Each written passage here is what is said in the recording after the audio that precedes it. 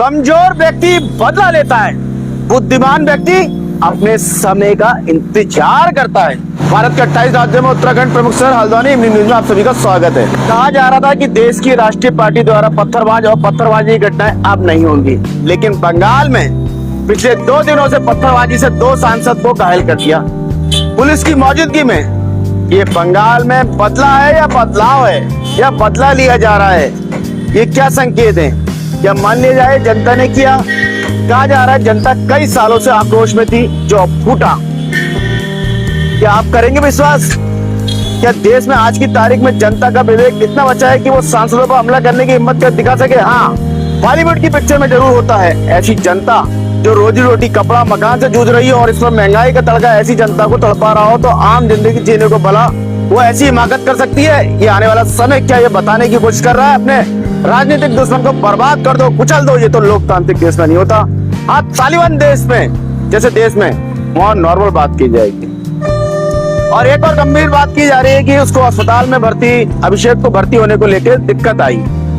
जी हाँ, और राहुल गांधी ने इसको ट्वीट करके कहा है कि ये एक बहुत ही घिनौना कदम है। इधर अखिलेश यादव ने भी इसकी निंदा करी, जबकि अभिषेक बनर्जी ने कहा मैंने ऑपरेशन सिंदूर में अपने देश का साथ दिया था, लेकिन ये बीजेपी द्वारा प्रायोजित जो हमला किया गया है ये निंदनीय है और इसकी मैं भर्त्सना करता हूँ। जी हाँ, और दूसरा आज टीएमसी सांसद दूसरे सांसद कल्याण बनर्जी, उनको भी पत्थर मार के सर फोड़ दिया गया। वो मौके पर गिर गए, उन्हें हॉस्पिटल ले जाया गया जहाँ उनका इलाज चल रहा। इधर पूर्व मुख्यमंत्री ममता बनर्जी ने आज ऐलान किया कि कल वो कलकत्ता में विरोध प्रदर्शन करेंगी, वो भी वार्ड स्तर पर। कल सांसद अभिषेक बनर्जी पर पत्थर बरसाए जिससे उनका चश्मा भी टूट गया। उन्होंने बताया 10 साल पहले उनकी आंख का ऑपरेशन हो चुका है, अगर उन्होंने हेलमेट नहीं पहना होता तो उनका सर फोड़ देते हत्या कर दी है। ये क्या है उनका? फिलहाल लोगों को बिना हमले ही अपने देश में बड़ी बड़ी सुरक्षा तुरंत मिल जा रही है, जैसे राकेश चड्ढा इत्यादि को इसके उदाहरण है। टीएमसी का कहना है कि अभिषेक की सुरक्षा बहुत कम कर दी गई है, लेकिन इस जानलेवा हमले के बाद पुलिस सुरक्षा बढ़ा दी है अभिषेक बनर्जी की। दर्शकों को बता दें, अभिषेक बनर्जी डायमंड हार्बर से एमपी है। चलिए, पत्थरबाजी की घटनाएं रुके ऐसी उम्मीद है। केदारनाथ मंदिर के पास एक मारपीट की घटना का वीडियो तेजी से वायरल हो रहा है, जो कि बता रहा है इंसान कितना गुस्से में है। ऐसी धार्मिक जगहों पर लोगों का मानसिक टेम्परेचर कितनी तेजी से बढ़ता है। चलिए, फिलहाल खबर संसार ऐसे वीडियो की पुष्टि नहीं करता है, लेकिन खबर संसार का आग्रह है कि ऐसी घटनाएं ना हो, लोग अपना आपा बनाए रखें। इधर यूपी में असद के एनकाउंटर के बाद विपक्ष सवाल उठाने लगा है कि यूपी में एनकाउंटर धर्म देखकर किया जा रहा है या जुर्म देखकर। असद के बारे में कहा जा रहा है कि असद का कोई क्रिमिनल रिकॉर्ड नहीं है। वाकया यह है कि सूर्य को बकरा ईद के दिन असद और साथी लोग उसको ये कहकर आगे ले गए कि आओ तुम्हें बकरा कैसे हलाल होता है। इसके बाद सूर्य की चाकू से गोद कर उसके साथी लोग मिलकर हत्या कर देते हैं। आज पुलिस और असद की आमने सामने की मुठभेड़ हो गई। ऐसा पुलिस अधिकारियों का कहना है कि असद ने पिस्टल निकाल ली और फायरिंग कर दी। जवाब में पुलिस ने उसको वहीं ढेर कर दिया। यूपी सरकार ने सूर्य के घर वालों को 5 लाख की मदद की है। दूसरी ओर असद के घर वालों को कहना है कि असद ने गलत किया तो पुलिस ने तो सजा दे दी, हिसाब बराबर। इधर सीएम योगी कहते हैं जो जिस भाषा में समझता है उसको उसी भाषा में समझाया जाएगा। फिलहाल 2017 से अब तक का यूपी में जो आंकड़े बता रहे हैं 17,000 से अधिक एनकाउंटर मुठभेड़ हुई है, जिसमें 1000 के आसपास बताया जा रहा है कि पुलिस और अपराधियों की मौत हो चुकी है। इधर लगातार हो रही बारिश और मौसम की प्रतिकूल परिस्थितियों को देखते हुए गढ़वाल आयुक्त आनंद स्वरूप ने एहतियातन केदारनाथ यात्रा को कुछ समय के लिए रोकने के निर्देश दिए। उन्होंने अधिकारियों को श्रद्धालुओं की सुरक्षा को सर्वोच्च प्राथमिकता देने के निर्देश देते हुए कहा मौसम की स्थिति समान होने पर यात्रा पुनः संचालित हो जाएगी। फिलहाल उन्होंने श्रद्धालु से अपील की है कि वे यात्रा पर निकलने से पूर्व मौसम की ताजा जानकारी अवश्य प्राप्त कर लें तथा प्रशासन द्वारा जारी दिशा निर्देशों का पालन करें। चलिए, देश की खबरों पर नजर डाल लेते हैं। बात करें देश की राजधानी से। साकेत इमारत ढहने से मृतकों की संख्या बढ़कर 6 हुई। दिल्ली पुलिस ने एफआईआर दर्ज की। एमसीडी के दक्षिण जोन के उपायुक्त सहायक अभियंता सुदेश सिंह चौहान और कनिष्ठ अभियंता अमन जैन को निलंबित कर दिया गया है। इस मामले में शिक्षा मंत्री आशीष सूद ने शनिवार को कहा कि उन्होंने केंद्रीय माध्यमिक शिक्षा बोर्ड की कक्षा 12 के उत्तीर्ण प्रतिशत में गिरावट को लेकर दिल्ली सरकार द्वारा संचालित स्कूलों के 700 से अधिक प्रधानाचार्यों के साथ बैठक की और उनसे सीखने के परिणाम और नतीजों में सुधार के लिए तिमाही आधार पर कार्य योजना बनाने को कहा है। नोएडा विरोध प्रदर्शन। यूपी में एसटीएफ ने दिल्ली विश्वविद्यालय के 2 छात्रों को गिरफ्तार किया, एक को रिहा किया गया। दिल्ली विश्वविद्यालय के कानून के छात्र योगेश मीणा को कथित तौर पर अप्रैल में नोएडा में हुए श्रमिकों के विरोध प्रदर्शन के संबंध में शनिवार को उत्तर प्रदेश पुलिस के विशेष कार्य बल यानी कि एसटीएफ द्वारा हिरासत में लिया गया था। गिर में वायरस संक्रमण के बीच पिछले 3 दिनों से किसी भी शेर की मौत की खबर नहीं आई है। गुजरात के वन एवं पर्यावरण मंत्री अर्जुन मोढवालिया का कहना है कि प्रकोप नियंत्रण में है और उन्होंने वन विभाग और पशु चिकित्सा कर्मचारियों को समयबद्ध कार्रवाई को स्थिति में सुधार का श्रेय दिया।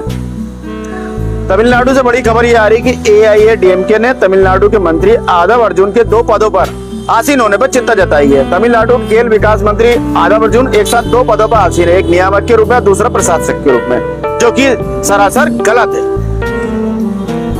मंत्री श्रीनिवासन ने महिलाओं की सुरक्षा और कानून व्यवस्था की स्थिति को लेकर तमिलनाडु सरकार की कड़ी आलोचना की है। कर्नाटक से बड़ी खबर यह आ रही है कि खड़गे ने कहा कि नए केपीसीसी प्रमुख की नियुक्ति पर चर्चा चल रही है। राज्यसभा में विपक्ष के नेता ने नए मंत्री परिषद के गठन और नए राज्य इकाई अध्यक्ष की नियुक्ति से संबंधित प्रमुख प्रश्नों के उत्तर दिए, साथ ही कई उप मुख्यमंत्री पदों को लेकर चल रही अफवाहों का भी जवाब दिया। बेंगलुरु ईस्ट कॉर्पोरेशन ने नदी किनारे अवैध रूप से कचरा फेंकने के आरोप में 6 वाहन जब्त किए, एफआईआर दर्ज की गई है। 21 जून को मैसूर में 120 स्थानों पर योग सत्र आयोजित किए जाएंगे। आगामी योग दिवस 12 योग दिवस होने के कारण मैसूर योग फेडरेशन ने इस अवसर को मनाने के लिए 120 स्थानों पर योग सत्र आयोजित करने की योजना बनाई थी। उड़ीसा से बड़ी खबर यह आ रही है कि उड़ीसा सरकार ने वेदांता की खनन परियोजना के लिए एक महत्वपूर्ण सड़क को मंजूरी दे दी है।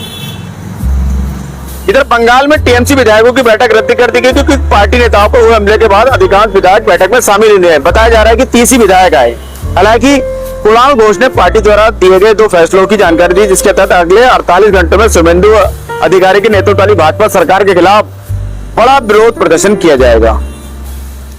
केंद्रीय ऊर्जा मंत्री ने पश्चिम बंगाल सरकार से समय पर बकाया भुगतान करने और प्रीपेड मीटरिंग प्रणाली अपनाने का आह्वान किया। असम की मंत्रिपरिषद का विस्तार 5 जून को किया जाएगा। राज्य में मुख्यमंत्री सहित अधिकतम 19 मंत्री हो सकते हैं। जी हाँ, क्योंकि भारत के संविधान के अनुच्छेद 154 के अनुसार राज्य विधानसभा की सीटों की कुल संख्या के 15% ही मंत्रियों की परिषद हो सकती है। असम में 126 सदस्य विधानसभा है। इधर बिहार से बड़ी खबर आ रही है कि बिहार सरकार ने भ्रष्टाचार के आरोपों के चलते 2 आईएएस अधिकारी को निलंबित किया। उत्तर प्रदेश में गाजियाबाद में राष्ट्रीय स्तर के पैरा एथलीट चिराग त्यागी की गोली मार के हत्या करने के आरोप में एक पैरा एथलीट गिरफ्तार। जांच के दौरान पुलिस ने यश खटीक को हिरासत में लिया, जो एक पैरा एथलीट भी है और पहले त्यागी के साथ प्रशिक्षण ले चुका था। हिमाचल प्रदेश से बड़ी खबर आ रही है, भाजपा ने हिमाचल प्रदेश की 4 नगर निकायों में से 3 में जीत हासिल की है। कांग्रेस ने पालमपुर सीट बरकरार रखी, भाजपा ने मंडी नगर निगम पर अपना अधिकार बरकरार रखा और धर्मशाला और सोलन नगर निगमों को कांग्रेस से फिलहाल छीन लिया है। जम्मू कश्मीर से बड़ी खबर यह है कि जम्मू कश्मीर के मुख्यमंत्री ने 3 जून को विधायकों की बैठक बुलाई है। जम्मू कश्मीर के मुख्यमंत्री उमर अब्दुल्ला ने विधायकों की बैठक बुलाई थी ताकि सामूहिक महत्व के मामलों और जन कल्याण संबंधी मुद्दों पर चर्चा और विचार विमर्श किया जा सके। इधर अधिकारियों के मुताबिक पाकिस्तान टेररिस्ट नेटवर्क की मदद करने और जम्मू कश्मीर की जेलों में घुसपैठ करने के लिए अवैध दूरसंचार सिग्नल भेज रहा है। हाल में घुसपैठ के पैटर्न विशेष रूप से पीर पंजाल पर्वतमाला के दक्षिण में यह संकेत देते हैं कि पीओके में नियंत्रण रेखा के साथ स्थापित दूरसंचार टावरों की संख्या में उल्लेखनीय वृद्धि हुई है, जिनके सिग्नल जम्मू की विभिन्न जेलों तक पहुंचते हैं जहां कट्टर टेररिज्म बंद है। इधर धामी सरकार की झीलों को नई पहचान देने की तैयारियां। भीमताल हो गया, नौकुचिया ताल हो गया, कमल ताल हो गया कि इसके सौंदर्यीकरण पर करीब 46 करोड़ से अधिक खर्च आएगा, जिसको सचिव डॉक्टर आर राजेश कुमार ने आज का स्थलीय निरीक्षण भी किया। सीएम के दिशा निर्देशों के तहत झीलों की सुरक्षा, पर्यटन सुविधाओं के विस्तार और यातायात व्यवस्था को मजबूत बनाने की दिशा में बड़े कदम उठाए जा रहे हैं। इसी क्रम में आवास एवं राज्य संपत्ति विभाग के सचिव डॉक्टर आर राजेश कुमार ने शनिवार को विकास परियोजना के स्थलीय निरीक्षण कर प्रगति की समीक्षा की है। इधर ओखलकांडा ब्लॉक के इलाजर से गरगड़ी काला आगर मोटर मार्ग लंबे समय से खराब था, जिस कारण ग्रामीणों की आवागमन में काफी परेशानियों का सामना करना पड़ रहा है। स्थानीय ग्रामीणों कैबिनेट मंत्री राम सिंह खेड़ा से मोटर मार्ग पर डामरीकरण करने की मांग की और खेड़ा ने इसको मंजूर किया। मंत्री ने शासन से मोटर मार्ग पर डामरीकरण और सुधारीकरण के लिए 78 लाख स्वीकृत करा। मोटर मार्ग पर होने वाले डामरीकरण और सुधारीकरण कार्य का शिलान्यास कर इसका आरंभ करने की दिशा निर्देश जारी किए। आज सोशल मीडिया में एक दीक्षा पांडे नाम की आईडी से एक अन्य किसी महिला द्वारा एक वीडियो पोस्ट की गई। इसको लेकर कोतवाली में मामला आया है हमारे, जिसमें उन्हें कहा गया है कि रिपोर्ट में कहा है कि फौजी की पति है फौज में, बीवी घर बैठी है मौज में, पड़ोसी भी है मौज में, इस तरह की बात इसमें डाली थी। इसको लेके उन्होंने कहा कि एक सैनिक पूरे देश की सेवा करता है, उस पर इस तरह की टिप्पणियां शोभनीय नहीं देती। इसको लेके आज महिलाएं बड़ी संख्या में आई, जिसमें आर्मी उत्तराखंड के लोग आए थे।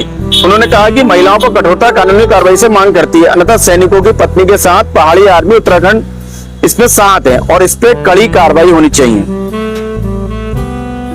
हरमतपुर बस अड्डे रजिस्ट्रेशन सेंटर में नियुक्त महिला आरक्षी पूनम गुसाई को रोड के बाहर एक पर्स मिला, जिसमें 9,000 रुपए की धनराशि व महत्वपूर्ण रसीद थे। महिला आरक्षी द्वारा त्वरित कार्रवाई करते हुए आसपास के क्षेत्र में पर्स के मालिक की खोजबीन करते हुए अल्प समय पर्स की महिला स्वामी, जिसका नाम बबीता था, उनको जो धनबाद झारखंड की रहने वाली थी, को ढूंढते हुए पर्स को उनके सुपुर्द किया। महिला द्वारा बताया गया कि झारखंड से यात्रा करने आई थी, इसी बीच भीड़ के कारण उनका पर्स कहीं गिर गया और उन्होंने पुलिस को धन्यवाद किया। इस दौरान नशे की लत फिर ले पहुंची सलाखों के पीछे, मामला सहसपुर का है। जी हाँ, 3 शातिर चोरों को फिलहाल पुलिस ने गिरफ्तार कर लिया और अभियुक्तों के कब्जे से 3 लाख रुपए मूल्य की ज्वेलरी भी बरामद हुई है। तीनों अभियुक्त जो है नशे के आदी थे और चोरी तथा मादक पदार्थों में जेल भी जा चुके थे। इधर मोबाइल चोरी की घटना का पुलिस ने 24 घंटे में खुलासा किया। जी हाँ, इसमें अलग अलग स्थानों पर चोरी के 7 मोबाइल फोन बरामद किए और इसमें गिरफ्तारी भी हुई है। अभियुक्त पर चोरी व आपराधिक घटना में 10 अभियोग पंजीकृत हैं। इधर चेकिंग के दौरान अवैध देसी पिस्टल के साथ एक अभियुक्त दून पुलिस ने किया गिरफ्तार। मामला पटेल नगर कोतवाली का है। पिस्टल को बेचने के लिए अमरोहा से देहरादून आया था। अभियुक्त चेकिंग के दौरान सेंट जूड चौक के पास जीएमएस रोड से एक अभियुक्त मोहम्मद उबैदुल रहमान पुत्र उवैस आलम को अवैध देसी पिस्टल के साथ गिरफ्तार कर लिया गया। आशा करते हैं आपको खबरें पसंद आ रही होंगी, अपडेट रख रही होंगी। इसी उम्मीद के साथ मैं मनोज आर्य, खबर संसार के लिए। जय हिंद।